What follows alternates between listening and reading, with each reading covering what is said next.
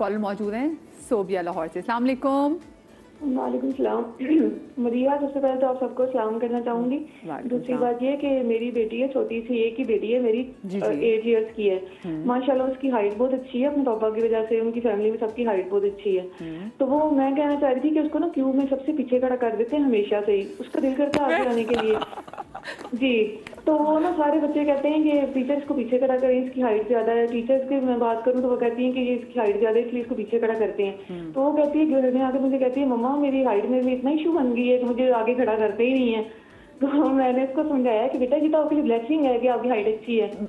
सो बेटे इसको समझाया कि बेटा ये जो आपकी मदिया आंटी टीवी पे शो करती ना, इनकी भी हाइट ज्यादा थी तो वो भी पीछे बैठती थी। ये लोग पिक्चर में जी, मैं डॉक्टर साहब की बात सुन रही थी। डॉक्टर साहब कहते हैं कि मुझे सूखा लंबा कहते हैं ना सब। तो मैं कहती हूँ डॉक्टर साहब से पूछूं कि किस तरह अपनी बेटी की काउंसलिंग करूंगी, उसको छोटा सा दिमाग है उसको कैसे बताऊंगी। तो अच्छी बात है, बहुत अच्छी बात है। मैं आपको सोबिया जी बताऊँ, मेरी तो अम्मी ने मुझे नर्सरी से सीधा 1 क्लास में डाला था, तो मुझे एक क्लास उन्होंने स्किप कराई थी कि नहीं चलो लाइक है, मैंने घर में तैयारी करा दी है।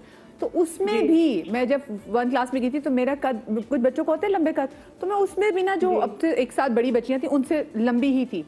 कॉलेज में जैसे ये भी मेरे साथ एग्री करेंगी, दोनों लंबी लड़कियां हैं या भी लंबी, कि हमेशा पीछे ही इवन की क्लास में आगे बैठ भी नहीं सकती थी। वो कहते थे लंबी आगे बैठी है, ब्लैक बोर्ड नजर नहीं आ रहा। कोई बात नहीं, जबरदस्त मॉडल हाइट है, हमें मसला ही नहीं है। हम सबसे अच्छी पर्सनालिटी और किसकी हो सकती है अपने बच्चे को जरा।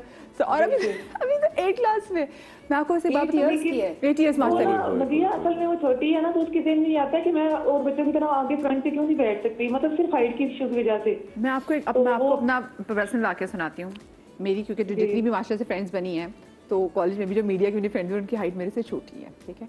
स्कूल में भी जो मेरी फ्रेंड्स थी उनकी हाइट, और कॉलेज में जो मेरी फ्रेंड्स थी उनमें सिर्फ एक लंबी थी, बाकी सबकी हाइट छोटी थी। तो मैं ना स्लाउच करती थी क्योंकि मुझे बचपन में कॉम्प्लेक्स था मैं बहुत लंबी, क्योंकि मैं लड़कों से भी लंबी थी क्लास में। यकीन माने मेरा उससे बॉडी पोस्चर ख़राब हो गया क्योंकि मैं यूँ करती थी ना, लंबी थी ना, और मुझे डर होता था। मेरे मामू ऑस्ट्रेलिया से आए और मैं उस वक्त 7th क्लास में थे। मामू ने मुझे देखा ऐ तो पूरी मॉडल है एनी अच्छा, और मैं को ये बंदा मेरा मजाक नहीं उड़ा रहा मेरी हाइट का। घर में बाकी सब लंबे थे लेकिन लड़कियों में ज़्यादा लंबी थी। तो फिर मुझे लगा कि हाँ यार मैं तो कोई चीज़ हूँ। तो फिर जब मैं चल रही होती थी तो मेरे कान में म्यूजिक अलग से चल रहा होता था, क्योंकि उन्होंने मुझे कॉन्फिडेंस दिया कि ये तो मॉडल है, वाह माशाल्लाह कितनी ज़बरदस्त देखो।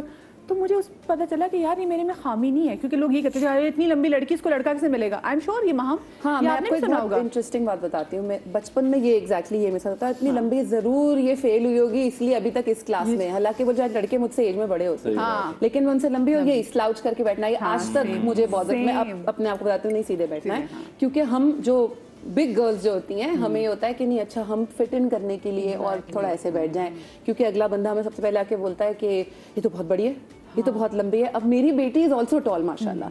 अब वो जब अपने क्लास के बच्चों के साथ खड़ी होती है तो वो उनमें बड़ी होती है क्योंकि उसकी हाइट लंबी है। तो अब and I am very proud of it and I keep telling her कि हादिया आप लंबी हो कितनी अच्छी बात है। तो मैं उसको अभी से वो बात बता रही हूँ क्योंकि मुझे मालूम है कि मैंने फेस किया है। मैं ऐसे ही जब अपना काम शुरू करने वाली थी, I was auditioning different places, तो मुझे एक रिप्यूटेबल चैनल ने बुलाया था ड्रामे के लिए और मैं वहाँ गई। जो उनकी ओनर थी मैं उनसे मिली।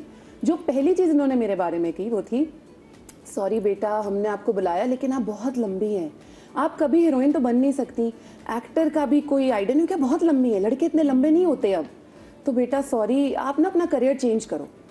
उस सेकंड में I swear on anything you will ask me to, उस सेकंड में मैंने अपने दिमाग में ये सारा प्रोसेस किया कि अच्छा ये स्कूल में मेरे साथ होता रहा है, मैं लंबी हूँ, मेरी अम्मी कहती है लंबे होना अच्छी बात होती है, मैं लड़कियों में डिफरेंट लगती हूँ कि मैं टॉल हूँ। तो मैंने उनको आगे से बोला कि मुझे लगा कि मैं अब उनको बोलूँ और मैं सैड हो जाऊँ इस बात पे। मैंने पहली दफ़ा इस बात पे किसी को जवाब दिया विथ वेरी रिस्पेक्टफुली। मैंने उनको बोला कि ऐसे, मैंने कहा कोई बात नहीं, लंबा होना आई थिंक ये प्लस होता है और ये मेरा प्लस है। आपको नहीं लगता कि मुझे एक्टर बनना चाहिए, डजंट मैटर, बट इंशाल्लाह if I become an actor I will quote your words, और फिर अगर आप मुझे कभी बुलाएंगी तो मैं आपको याद जरूर दिलाऊंगी। And I have done that and I am so happy about it, क्योंकि लोगों ने एक्चुअली इस चीज को कि लंबी लड़की है, आपको आई एम श्योर बोला होगा, आई थिंक शर्मीन को भी, कि बहुत लंबी है, प्रोजेक्ट से निकाला है। हम इतने बड़े हो गए, हमें आज तक मेरे शूट हुए, एक दिन में गई और दूसरे दिन मुझे एक दिन छोड़ के दोबारा जाना था, तो बीच में जो एक डे ऑफ था उस पर कॉल आ गई कि आई एम सॉरी आप बहुत लंबी लग रही हैं स्क्रीन पे। हमने यार, लेकिन ग्रोइंग अप मेरे लिए कभी इसलिए इशू नहीं था क्योंकि मेरी फैमिली में बहुत ज़्यादा था हाइट होनी चाहिए, हाइट होनी चाहिए। मेरी अम्मा ने ज़िंदगी भर बचपने में every day she used to feed me an egg कि एग से हाइट लंबी होती है, एग से। तो वो मेरे दिमाग में, इनफैक्ट मेरी हाइट बहुत लेट बढ़ी है।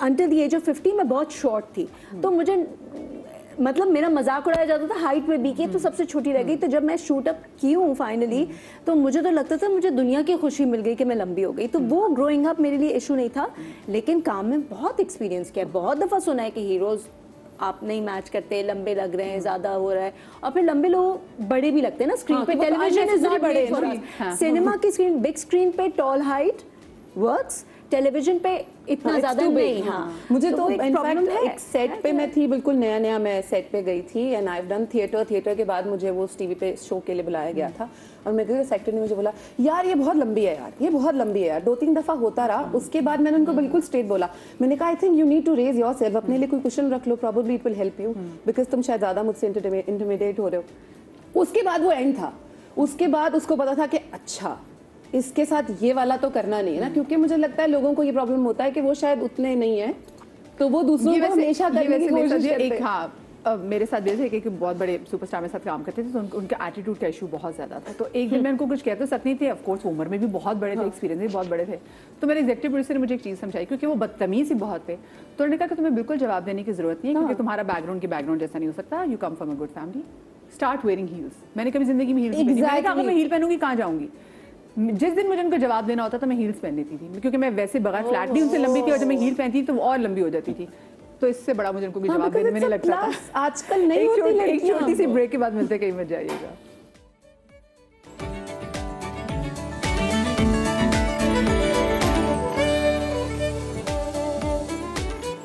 Welcome back after the break.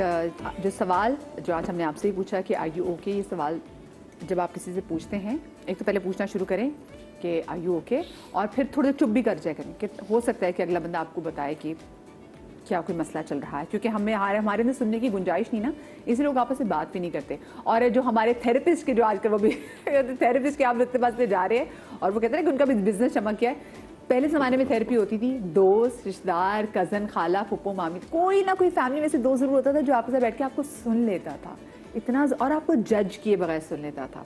अम्मियाँ रात को शाम में जो वक्त घरों के बाहर ख़वातीन बैठ जाती थी, या कभी मेरे बच्चों ने भी देखा था जब लाइट जाती थी तो मोहल्ले वाले साथ मिलके बैठ जाते थे।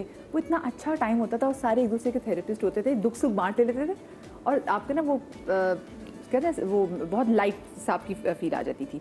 मुझे बताएं, सुनना कितना ज़रूरी है अगर कोई बंदा आपके पास आके अपना कोई मसला डिस्कस करे तो? बहुत अच्छा क्वेश्चन है ये। सबसे पहले तो मैं ये बोलूँगा, कम्युनिकेशन का ज़्यादा बड़ा पार्ट जो है ना वो लिसनिंग है। अगर आप थोड़े सा अक्लमंद आदमी है, और जो लोग बकवास फाइंग पे बिलीव करते हैं, वो कम्युनिकेशन का जो स्पीकिंग पार्ट है वो सिर्फ उस पर बिलीव करते हैं।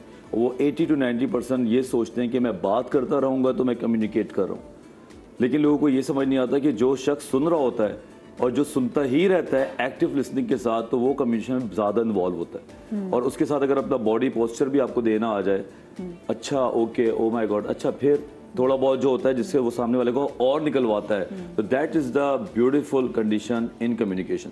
लेकिन पाकिस्तान में या साउथ एशिया में कम्युनिकेशन इस तरह नहीं होता, बाहर है, यूरोप में है फिर भी।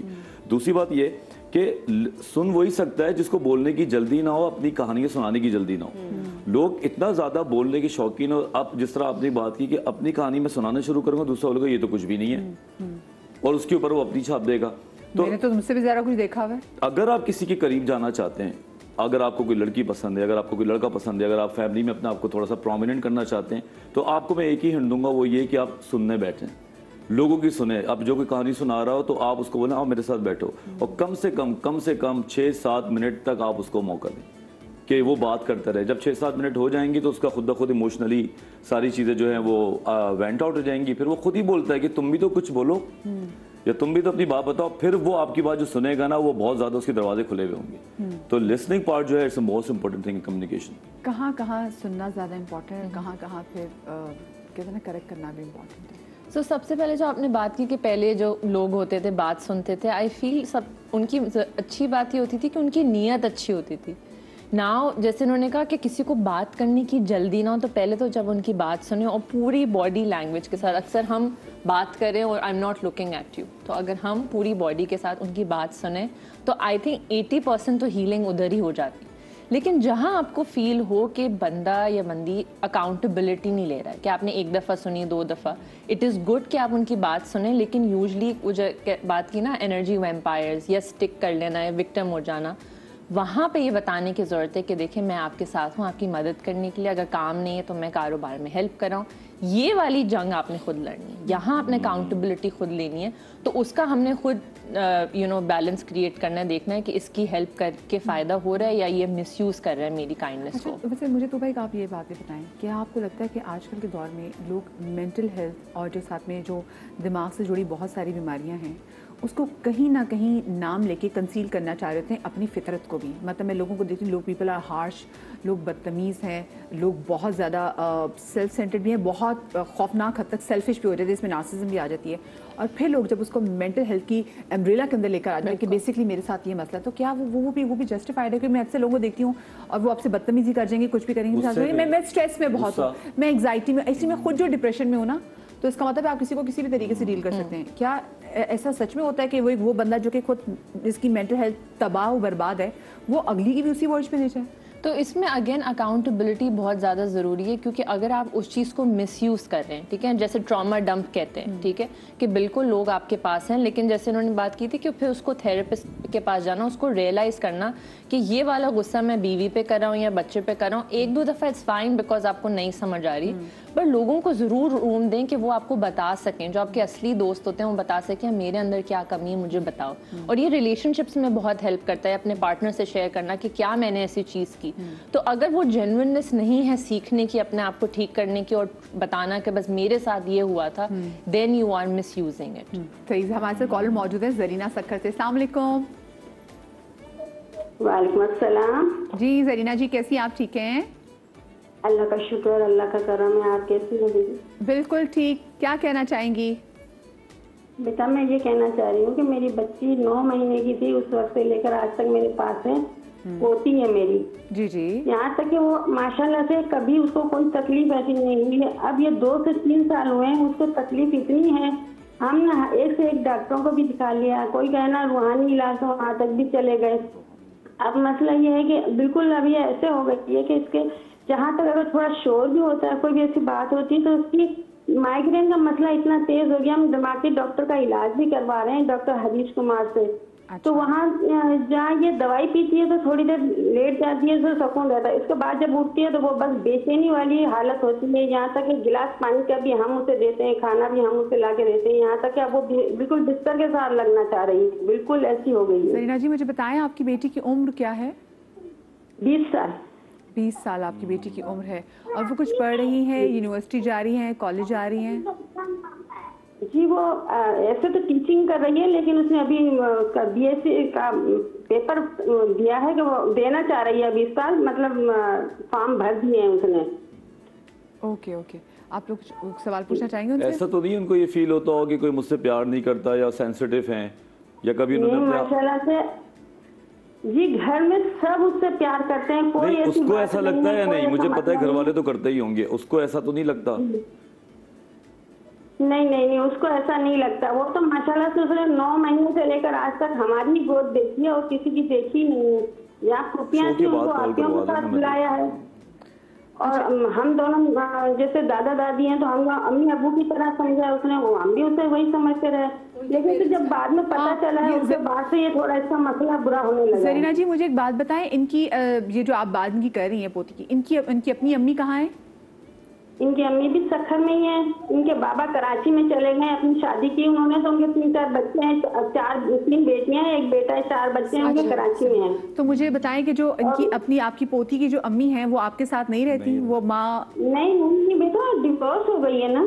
अच्छा, डिवोर्स हो गई है। और डिवोर्स कब हुई थी? तो वो समझो 9 महीने की थी ना, तब हुई थी। अच्छा, तब डिवोर्स हुई थी। तो मुझे ये बताएं कि उसके बाद उनका अपनी वालिदा से वैसे कोई राब्ता है या उनकी भी शादी हो गई? उनकी भी शादी हो गई, उन्होंने खुद ने हमें दे दिया था, मैं ये बच्ची नहीं पालूंगी, तुम खुद पालो, तुम्हारी अमानत है।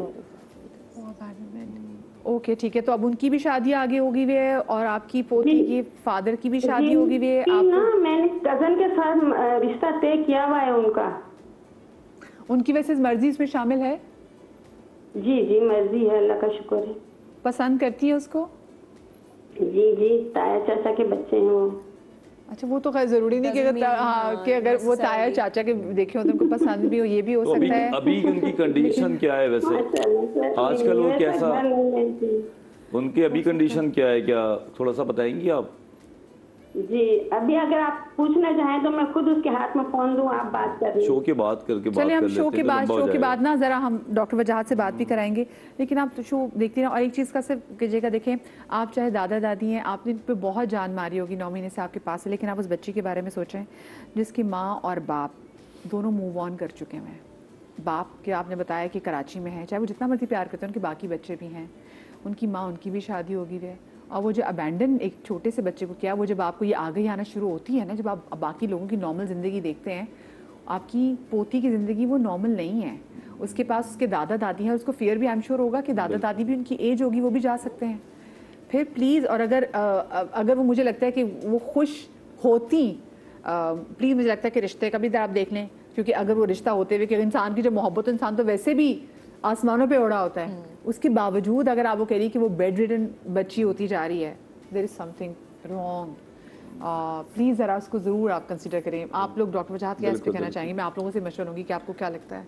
मेरे ख्याल से पहले फिजिकल चेकअप हो जाए तो बेहतर है, कि बाज़ औक़ात अंडरलाइन कॉज कुछ और भी होती है, कि यही ना हो कि शुगर लेवल ही कम हो, यही ना हो कि वाइटल्स ही कम हो, तो यहाँ से क्लिनिकली इसको देखना पड़ेगा। मशवरे से पहले ये कि पूरा इनको हम दे देंगे और आपके चैनल की तवज्जो से इनको हम ट्रीट कर ही देंगे इंशाल्लाह। इनको 2 महीने के बाद फिर कॉल करवाएंगे कि कैसी है, वो हो जाएगा। मैं फिजिकली भी इशू हो सकता है, और फिर कोई ना कोई इस एज में डिप्रेशन या थोड़ा बहुत वैक्यूम क्रिएट होता है इमोशनली। पर ऑफ कोर्स जहाँ पर आपके पेरेंट्स साथ मौजूद ना हो, और स्पेशली क्योंकि अब वो दोनों को बैंड, क्योंकि आगे दोनों मूव ऑन कर चुके हैं ना, थोड़ी हिस्ट्री टेकिंग इम्पोर्टेंट है। हाँ जी, ये थोड़ा हिस्ट्री का बहुत बड़ा एक लैक आ रहा है, जिसकी वजह से मैं कुछ कह नहीं रहा अभी। हाँ, तो ये, और मेरे ख्याल से, और ये तो दादी का वर्जन है, जो बच्ची है, जो दादियों को तो बच्ची खुशी लगती है, उनको तो खुश लगता है ना, तभी तो शी वाज वेरी हैप्पी कि उन्होंने बताया कि घर उसका रिश्ता हुआ हुआ है।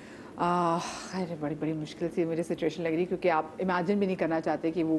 हाँ, मैं किसी को पर्सनली जानती हूँ जिनके साथ ऐसा ही ट्रॉमेटिक चाइल्डहुड गुजरा था, और उनको नहीं ट्रीटमेंट हुआ, थेरेपी नहीं हुई, क्योंकि मुझसे भी वो बड़े हैं, तो मतलब वो ऐसा ज़माना था कि वहाँ पे एक्नॉलेजमेंट नहीं थी ना मेंटल हेल्थ की, तो बड़ा उन्होंने सफ़र किया। और हम सारे दोस्त हम समझते भी हैं, लेकिन अब वो इस पॉइंट पे पहुँच चुके हैं कि दोस्ती के हद तक तो ठीक है, लेकिन उनकी ज़िंदगी में कोई पर्सनल रिलेशनशिप अगर हो, वो सबको डिस्ट्रॉय करते हुए निकल रहे हैं, वो सबको डिस्ट्रॉय कर रहे हैं, सबको जो उनकी ज़िंदगी में इस तरह से आता है, अगर कोई रोमांटिकली इन्वॉल्व होता है, वो उसे डिस्ट्रॉय कर रहे हैं, और वो उसे अपना राइट समझते हैं, क्योंकि वो खुल कर ये कहते हैं कि मेरा बहुत ट्रॉमेटिक चाइल्डहुड था, मैं मेस्ड अप हूँ, मैं क्या करूँ।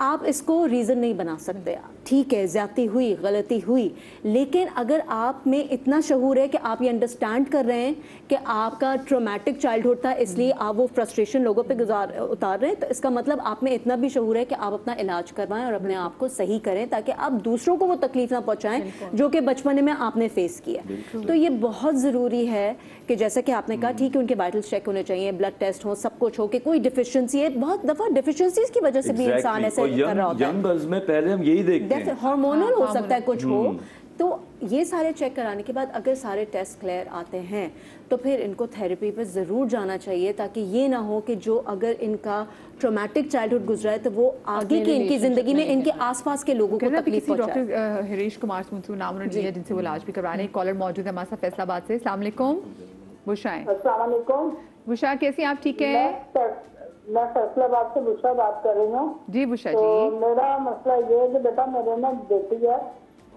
तो मतलब शादीशुदा है, 4 बच्चे हैं उनके। जी जी, तो वो इतनी अजियत में आ चुकी है, मैं आपको क्या बताऊं। क्या हुआ ये बताएं। टेंशन उसे पता नहीं, बाहर से निकलती है तो कहती है बस मेरे पास पैसे हैं, शॉपिंग करती रहो, शॉपिंग मॉल में जाओ, इस तरह से चीजें खरीदते रहो। बाहर जैसे कि घर में होती है तो एकदम से इतनी जली अजियत में, उसे नहीं पता ये मेरे बहन भाई हैं, माँ बाप है, मैं क्या कर रही हूँ क्या नहीं, कोई समझ में नहीं आ रही। कुछ टच लगे हुए होते हैं उसके बाजुओं पे, कुछ भी कोई समझ नहीं आ रही। अच्छा, ये जो आपकी बेटी है जो अपने आपको कट्स भी लगाती है, हल बताएं। अच्छा, तो क्या करना चाहिए मुझे इसके बारे में? अच्छा, और ये आप बता रही कि आपकी बेटी के 4 बच्चे भी हैं? जी 4 बच्चे हैं माशाल्लाह, कॉलेज में है, अच्छी खासी जिंदगी गुजार रही थी अपने मियाँ के साथ, पता नहीं एकदम से क्या हो गया। और वो आपने यानी कि वो अगर कट्स लगाती तो कभी उन्होंने वैसे जिक्र किया वो ये खुद उनकी आपको लग रही है कि वो उनकी नेचर में हो रहा है या फिर उनके मियाँ के साथ कभी उनका अब्यूसिव रिलेशनशिप रहा हो? खुद से कह रही है, खुद ही लगी जाते हैं, खुद ही सब कुछ हो रहा है उसके साथ। ये उसके घर से तावीज निकले, खून निकलता है उसके घर के, मैट बिछते हैं उसके नीचे से खून तावीज वगैरह भी निकले हैं। ओके, तो ये फिर मेरे ख्याल से ठीक है साइकोलॉजिकल तौर पे तो हेल्प करेगा, लेकिन मेरे ख्याल से थोड़ा सा आपको वैसे भी अपना घर को भी मेरे ख्याल, देखिए हम इस चीज़ से इनकार नहीं कर सकते, नज़रें भी होती हैं, जादू भी होता है और आसपास के लोग भी ऐसे होते हैं, तो नौरानी इलाज आई बिलीव आपको वो भी ज़रूर चेक करें। लेकिन जो सेल्फ हार्म खुद को, ये तो बड़ा क्लियर कट दुनिया में पता है सबको, बॉर्डर लाइन पर्सनैलिटी बाहर जाती है शॉपिंग हो गई, पैसे तो हमें शॉपिंग करनी है, ये लोग उनको वो चीज़ें चाहिए, मे बी लाइक इनके बड़े मूड स्विंग्स होते हैं और इनके बॉर्डर लाइन पर्सनैलिटी है ये बेसिकली। बहुत खुश है तो बहुत खुश है, तैयार होते हैं, बड़े प्यारे लगते हैं, बहुत एनर्जी होती है और अचानक वो मूड स्विंग हो जाता है, सैड हो जाते हैं, एम्प्टीनेस फील होती है। और इनका जो कोपिंग स्ट्रेटजी है, मतलब अपने आपको गम से निकालने का, वो ये सेल्फ खरीदने के लिए वो नहीं, सेल्फ हार्म भी है और इनको कट मार के अच्छा लगता है। दिस इज नॉट उनका पेन, जिस तरह मैं आपसे बात करके अपने आपको इजी कर रहा हूँ, ये जब यूं करते हैं When they're not able to feel something, they want to do something to feel. लेकिन कभी कभार आपका किसी पे बस नहीं चलता, तो उसको वो भी होता है कि आप कुछ लोग हार्म करते हैं, तो हम अभी कुछ कह नहीं सकते until we take history taking what's happening. बिल्कुल, क्योंकि आप कह रहे जब वो शॉपिंग करने की निकलती है तो वो ठीक है, उनको पैसे वो भी एक कोपिंग है, वो भी एक डिस्ट्रैक्शन है ना। हाँ, वो भी एक डिस्ट्रैक्शन है। हाँ, कभी मैं आपको एक बात बताऊँ, बहुत ज़्यादा जब आप शॉपिंग भी हर वक्त कर रहे होते हैं ना, वो भी बहुत सी चीज़ों से एस्केप भी होता है, हम खुद भी करते हैं, तो हमें पता है कि कुछ भी कुछ ज्यादा कर रहे हैं ना, देयर इज समथिंग, हाँ कुछ भी एग्जैक्टली। तो अच्छे दोस्त बनाए और जो आपकी